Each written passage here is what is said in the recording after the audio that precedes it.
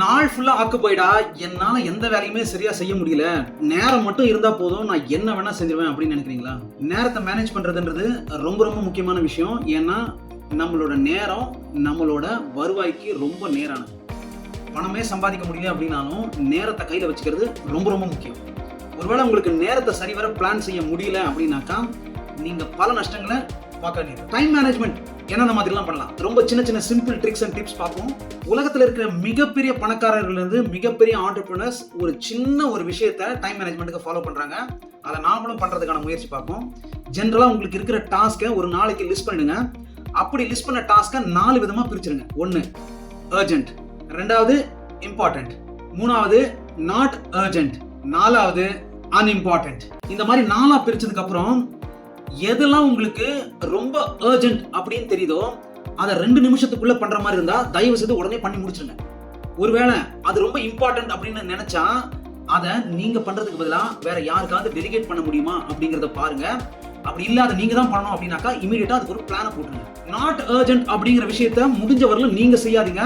அதை சரியான ஆள் கிட்ட கொடுத்து அந்த வேலையை வாங்கிக்கங்க. அது உங்க நேரத்தை பல மடங்கு மிச்சப்படுத்தும். அன்இம்பார்ட்டன்ட் அப்படின்னு கிளாசிஃபை பண்ற எந்த டாஸ்கையும் தயவு செய்து நீங்க பண்ணாதீங்க, டெலிட்டே பண்ணிடுங்க.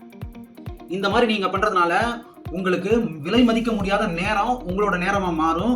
எப்ப நீங்க நேரத்தை கண்ட்ரோல் பண்ண ஆரம்பிக்கிறீங்களோ உங்களால நிறைய விஷயங்களை ரொம்ப திறன்பட செய்ய முடியும். இன்னொரு முக்கியமான விஷயம், நேரத்தை நீங்க ரொம்ப சரிவர செய்யணும் அப்படின்னாக்கா டெய்லி, வீக்லி, மந்த்லி அப்படிங்கிற கோல் ஸ்டாண்டர்ட்ஸை பிரிச்சு வேலை செய்யுங்க.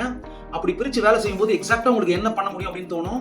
At the same time multi tasking அப்படிங்கிற ஒரு விஷயம் பெருசா எனக்கு இருக்கிறதா தெரியல. மல்டி டாஸ்கிங் அப்படின்னு சொல்றதை காட்டிலும் மல்டி ஸ்விட்சிங் அது கரெக்டான விஷயமா இருக்கும். ஏன்னா நீங்க நிறைய விஷயங்களை பண்ணணும் அப்படின்னு முடிவு பண்ணும்போது மிக குறைந்த நேரத்தில் அந்த விஷயத்தை முடிச்சுட்டு இமீடியட்டா நீங்க உங்க ஃபோக்கஸை அடுத்த ஒரு விஷயத்துக்கு எப்படி கொண்டு போறது அப்படிங்கிறது ரொம்ப முக்கியம்.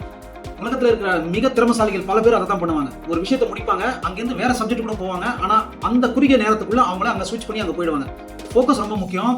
ரொம்ப காமா மெயின்டைன் பண்ணிக்கோங்க. இன்னைக்கு இருக்கிற இந்த ஏஐ காலகட்டத்தில் முடிஞ்ச வரலாம் ஆட்டோமேஷன் டூல்ஸை யூஸ் பண்ணுங்க. எதெல்லாம் நீங்க பண்ண வேணாம் அப்படின்னு நினைக்கிறீங்களோ அதை பல விஷயங்களை ஆட்டோமேட் பண்ண முடியும். அதுக்கான உங்க நாலேஜை நல்லா ஸ்ட்ராங்கா டெவலப் பண்ணிக்கங்க. இன்னொன்று, நேரம் எனக்கு இல்லை, நேரம் இருந்தால் நான் எதாவது பண்ணிடுவேன் அப்படின்னு சொல்ற எல்லாரும் பெரும்பாலும் பர்ன் அவுட் ஆயிடுவாங்க. அப்படின்னாக்கா பிஸியா இருந்து பர்ன் அவுட் ஆயிடுவாங்க. இந்த மாதிரி இருக்கிற சமயத்தில் ஒரு சின்ன பிரேக் எடுத்துங்க. அது ரொம்ப முக்கியம். இதெல்லாம் சொல்லும்போது எங்க அம்மா சொல்றது ஞாபகம் வருது. நிக்க நேரம் இல்லை, நாய்க்கு வேலை இல்லை அப்படின்னுவாங்க. அப்படின்னா எப்பயுமே பிஸியா இருக்கிற மாதிரியே இருக்கும், எந்த வேலையும் நடக்காது. இதை எல்லாத்தையும் தாண்டி நீங்க கண்டிப்பா நேரத்தை உங்க வசப்படுத்தணும் அப்படின்னாக்கா நிறைய நோ சொல்லி பழகுங்க. எவ்வளவு நோ சொல்லி பழகுறீங்களோ அவ்வளவு உங்களால ரொம்ப ஸ்ட்ராங்காகவும் ரொம்ப எஃபெக்டிவாகவும் உங்களோட வேலைகளை செய்ய முடியும். இது போல பிசினஸ் வீடியோஸ்க்கு தொடர்ந்து நம்மளை பாருங்க. உங்களுக்கு தேவையான டாபிக்ஸ் ஏதாவது இருந்தா அதை கமெண்ட் பண்ணுங்க.